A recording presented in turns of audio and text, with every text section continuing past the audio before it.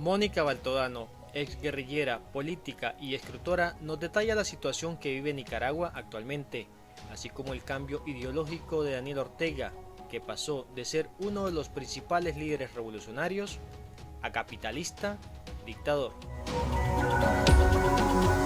Muchos nicaragüenses ven a Daniel Ortega como la única iniciativa de gobierno actualmente. Bueno, realmente la mayoría de los nicaragüenses lo ven ya no como el presidente de Nicaragua. Desde que él decidió disparar a los estudiantes, mandar a matar a los estudiantes con disparos certeros a la cabeza, al cuello, al pecho, empezó a perder cualquier viso de legitimidad como mandatario en el país. Hay que decirlo, su última elección, la elección de 2016, estuvo completamente teñida de irregularidades, hubo más de 60% de abstención y él se autorrecetó 70% de los votos. Pero todo el mundo sabía que el presidente del Consejo Supremo Electoral, un ya reconocido corrupto a nivel internacional, Roberto Rivas, era el funcionario junto con todo el Consejo Supremo Electoral que le garantizaba los fraudes. Él ya no tenía legitimidad frente a la mayoría de los nicaragüenses, pero lo poco que le quedaba la perdió con la represión. En realidad, el pueblo de Nicaragua que se insubordinó a lo largo y ancho del territorio nacional con más de 160 tranques, miles de barricadas, movilizaciones nunca antes vistas en la historia de Nicaragua, de más de 300.000 nicaragüenses que marchamos el 30 de mayo en una marcha eminentemente cívica y pacífica. Todos decimos que Daniel ya no es nuestro presidente y que se tiene que ir. Está derrotado estratégicamente, no tiene el respaldo ya de nadie, ni del sector empresarial que lo acompañó estos 11 años, ni de los Estados Unidos que lo toleró y fue bastante, digamos, permisivo y amigo del gobierno de Nicaragua, que lo miraba como un factor de estabilidad. Ya no lo ven así.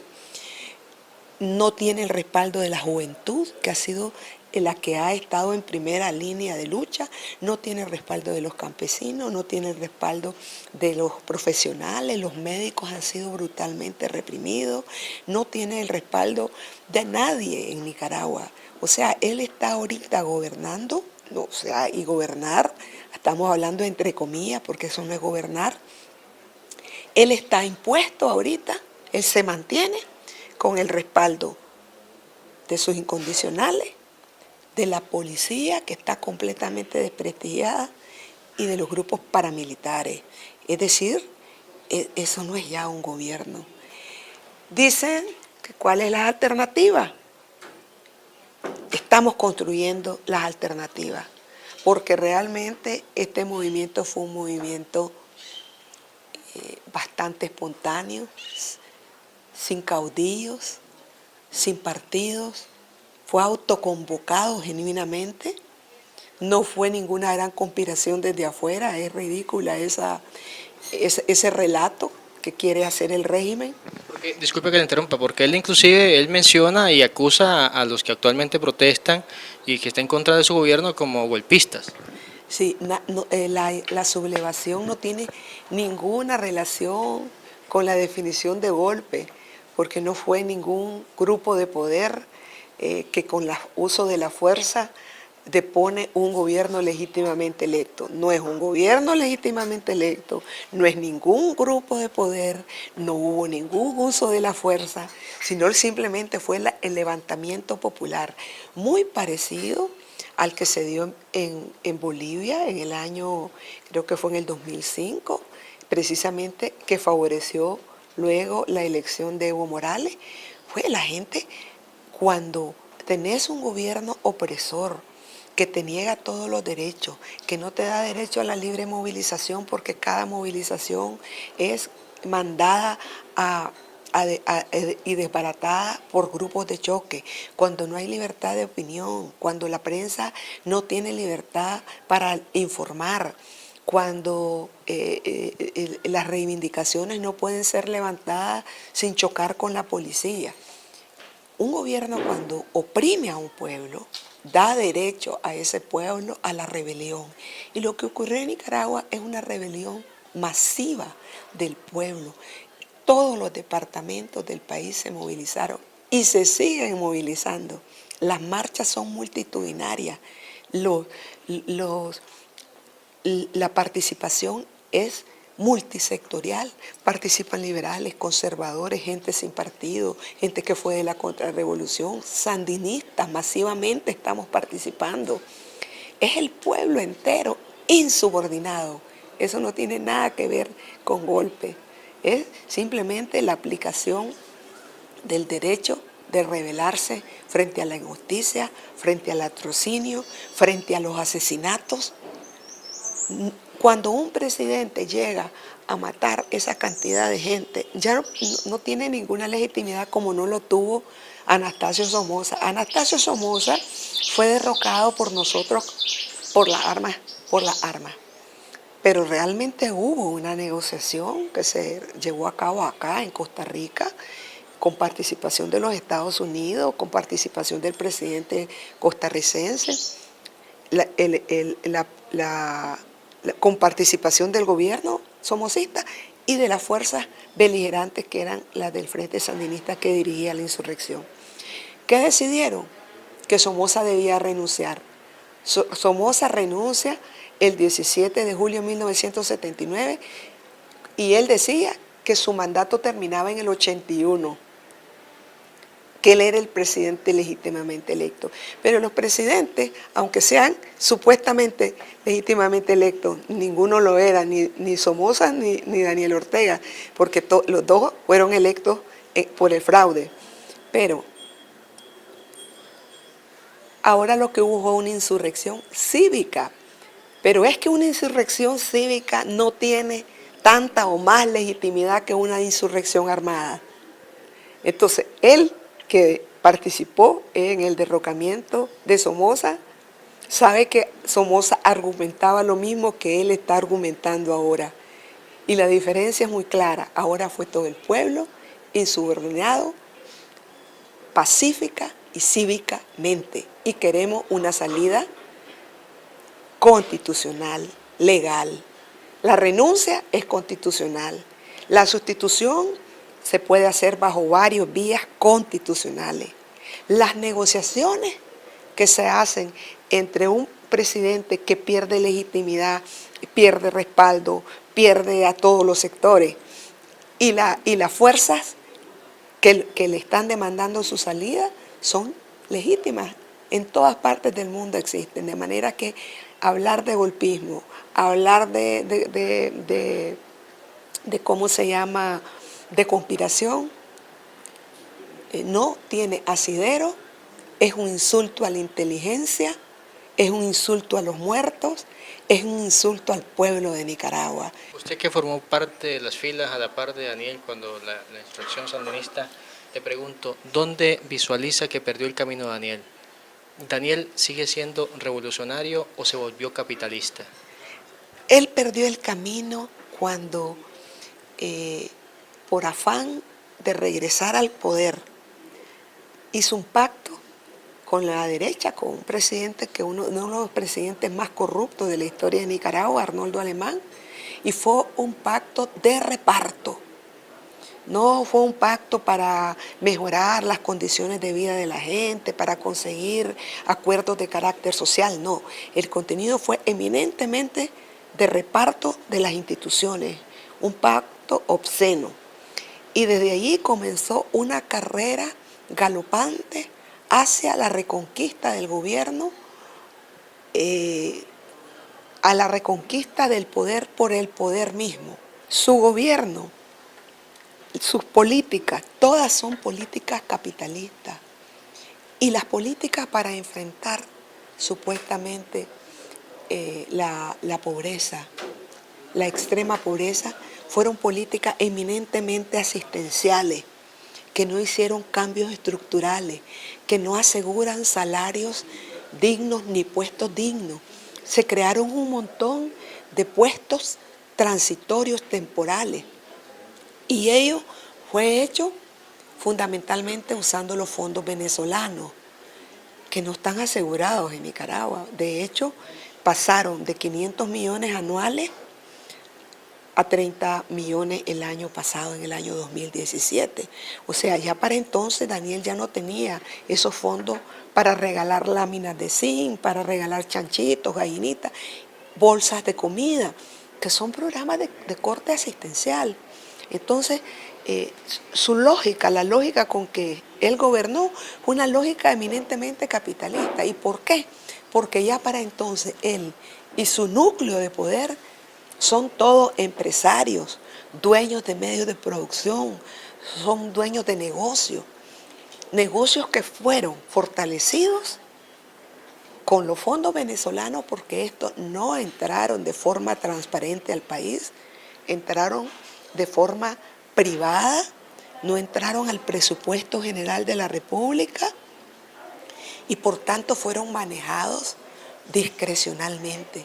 Una partecita para mantener contenta a la gente con esos programas asistenciales y la gran mayoría para fortalecer los negocios, bancos, hoteles, canales de televisión y un montón de cosas que son ahora los negocios de la pareja presidencial, bueno, compañías de publicidad, de todo tipo de cosas, ¿verdad? ¿Cómo se recupera Nicaragua ahora? Estamos hablando de un país y de lo que se preguntan, digamos, los actuales migrantes en Costa Rica, es de que un país que daba la imagen de ir en crecimiento, ya con un 5% de incremento bruto, y que ahora tiene un decremento más bien, y una tasa de desempleo de 235.000 incrementando aún. ¿Cómo visualiza la solución de este país ahora después de todo lo que está pasando? Todo lo que me has dicho es responsabilidad de Daniel Ortega, porque la sublevación está directamente ligada a los asesinatos. La gente protestaba por la reforma del INS y las protestas eran modestas porque la movilización social en Nicaragua había estado muy afectada por la represión. Pero fueron los disparos, los asesinatos de los jóvenes, los que dispararon la sublevación. Ahora bien, todo lo que decía es correcto. No solamente el 70% de la industria turística está afectada. Los hostales cerrados, restaurantes cerrados, grandes hoteles cerrados, las empresas afectadas en sus suministros. Los bancos han sufrido el 16% de retiro de los depósitos. El gobierno ha retirado más de 300 millones de las reservas internacionales y efectivamente el crecimiento estimado de un 4% ya definitivamente no hay, solo se auguran de crecimiento. ¿Cuál es la solución? La solución es diálogo y una negociación que ponga fin a la crisis. Pero él no quiere dialogar, nunca quiso dialogar. Cuando se sentó en la mesa del diálogo lo hizo para ganar tiempo, porque sentado en la mesa del diálogo, hablando en la mesa del diálogo, ocurrían los asesinatos. O sea, en la misma hora, en los mismos momentos, estaban matando.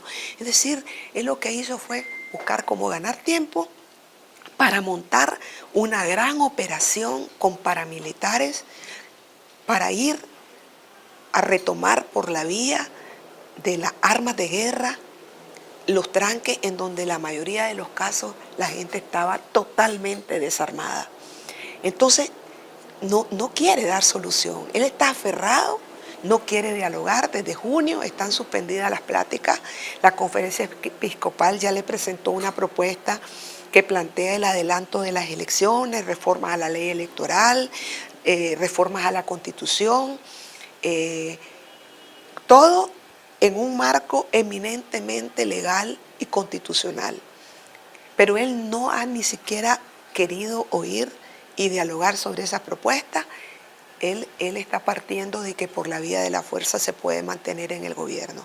Pero el deterioro de la economía es de tal magnitud, las acciones que sigue realizando, capturando todos los días, haciendo redadas de muchachos, judicializando con la ley antiterrorista a todos los que participaron de las protestas y que ellos pueden capturar, no son acciones para estabilizar el país, para volverlo a la normalidad, sino para someter al pueblo que se sigue manifestando y que sigue protestando. Entonces, ¿qué es lo que te indica eso? Que ya todos los escenarios de solución se están cerrando a una sola cosa, que él se vaya. Porque elecciones adelantadas con un Daniel Ortega al frente del gobierno y con un Daniel Ortega que sigue mandando a los paramilitares a reprimir, ¿cómo pueden haber elecciones así? Él mismo con sus acciones está cerrando las posibilidades de unas elecciones en las que él mismo siga siendo presidente y entregue la banda presidencial. Como manera de declaración para los que nos van a ver, que son en su mayoría nicaragüenses, Sí. La pregunta es, actualmente no hay un partido político con la fortaleza para hacer a un lado al Frente Sandinista. La pregunta es, ¿usted podría tomar esa responsabilidad o hay alguien que podría llevar esa responsabilidad para sacar a Nicaragua de la situación que actualmente vive? Hay montones de nicaragüenses honestos, creíbles en la geografía nacional y procedentes de todos los sectores. Si me preguntas mi punto de vista, yo quisiera asistir a la conformación de una junta provisional, transitoria, que pueda realizar todos los cambios en los instrumentos jurídicos que nos permitan unas elecciones anticipadas, limpias y honestas. No necesitamos subordinarnos a los partidos ya existentes, todos están muy desprestigiados. Se puede crear, como ocurrió en los 90, una coalición amplia en la que participen fuerzas políticas, pero también fuerzas sociales, como lo hemos visto en Uruguay, aquí mismo en Costa Rica.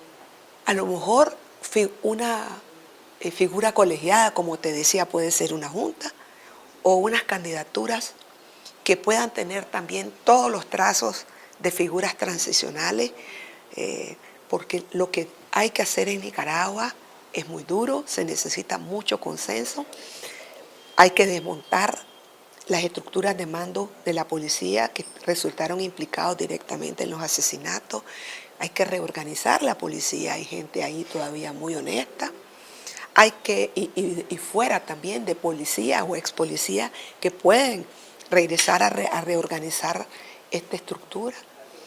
Hay que desmontar todo el sistema corrupto de justicia.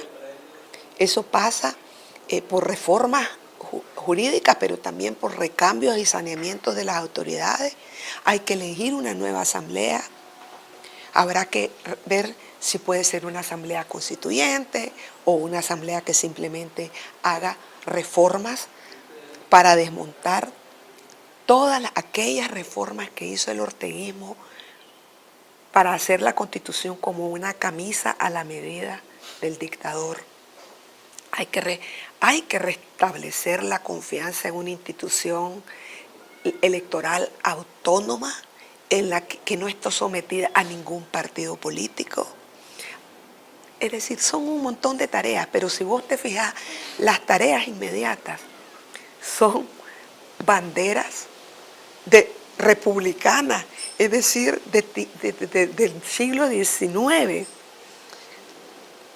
Libertad de organización, derechos ciudadanos, derecho a no ser procesado sin que haya verdadera defensa, libertad de movilización, libertad de organización, libertad de expresión, separación de poderes, verdadera separación de poderes. Yo creo que sobre eso tenemos un gran consenso y debemos de mantener ese consenso expresado en una coalición, en una convergencia amplia, que tenga pluralidad ideológica, que tenga pluralidad política, que haya expresiones de las distintas banderas sociales, ecologistas, de mujeres, derechos de la niñez, una gran coalición que permita ese tránsito. Y tenemos gente suficiente. Yo he empezado a mencionar nombres, hay gente del diálogo, mujeres extraordinarias como doña Francisca Ramírez, la líder campesina, o Sandra Ramos, una lideresa sindical de indiscutibles valores, don Carlos Tunerman, que aún con su edad ha dado una demostración de brillante lucidez respecto a los problemas de Nicaragua. Hay gente representante de la empresa privada como Juan Sebastián Chamorro, que no es de ninguna cámara, pero es de una institución ligada al empresariado, para darle confianza al empresariado. Pueden haber figuras devenidas de ese orteguismo, algunas figuras del orteguismo habrá, que no se hayan manchado las manos de sangre, que dé confianza a todos los sectores para empujar esa transición. Tenemos representantes de los jóvenes, tendrán que haber, hay bellezas de muchachos, ¿verdad?, que se han destacado en esta lucha, figuras jóvenes que pueden, que escogidas por ellos mismos, de los sectores estudiantiles, pero también de los que ya terminaron sus carreras y que siguen siendo jóvenes.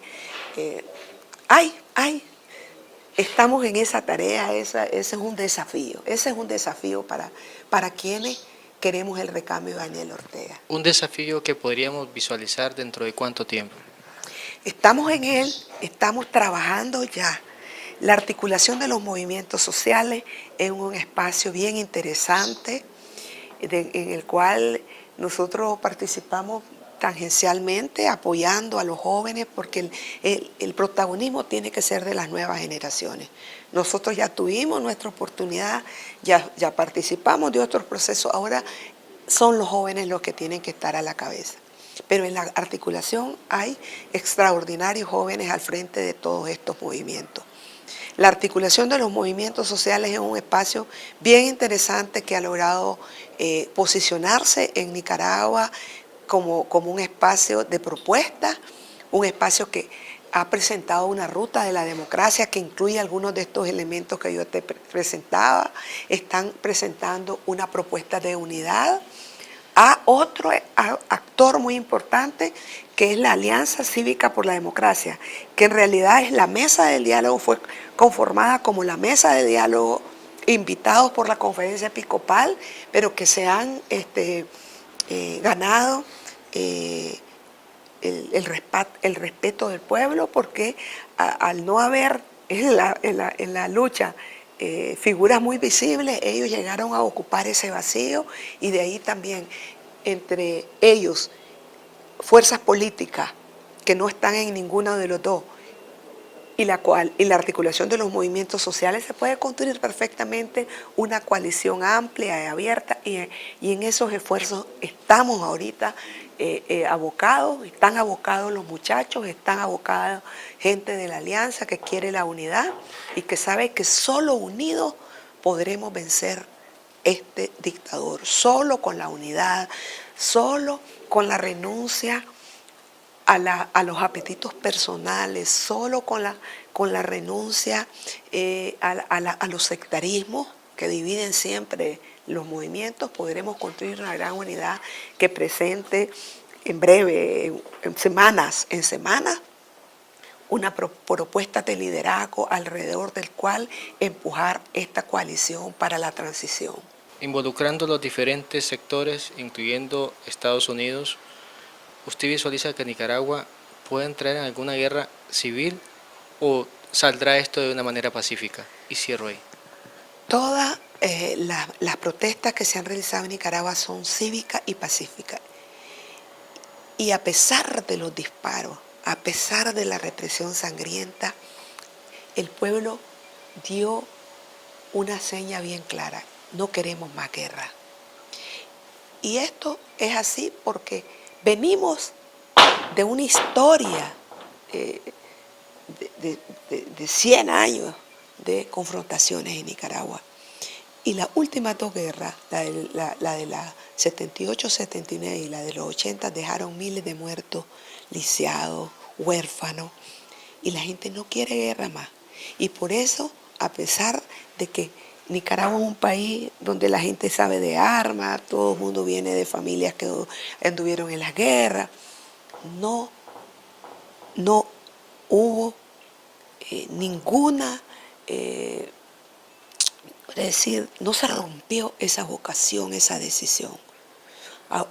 Si algunos disparos fueron de carácter defensivo, no había ninguna acción ofensiva.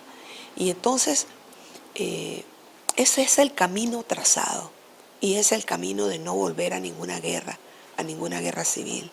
Y ojalá que el ejército de Nicaragua no se meta, ojalá que juegue un papel más bien para solución, para salir, para que el país salga de la crisis, un papel constructivo, para que no caiga Nicaragua en una nueva confrontación que no la queremos. Esa es la ruta, ese es el camino que ya la gente escogió y que todos tenemos que respetar. Todos tenemos que comprometernos a que la salida tiene que ser cívica. Yo creo que hay suficiente energía, suficiente fuerza, suficiente capacidad de resistencia mostrada por ese camino, y por ahí vamos a vencer, vamos a triunfar. Ya Daniel Ortega está derrotado.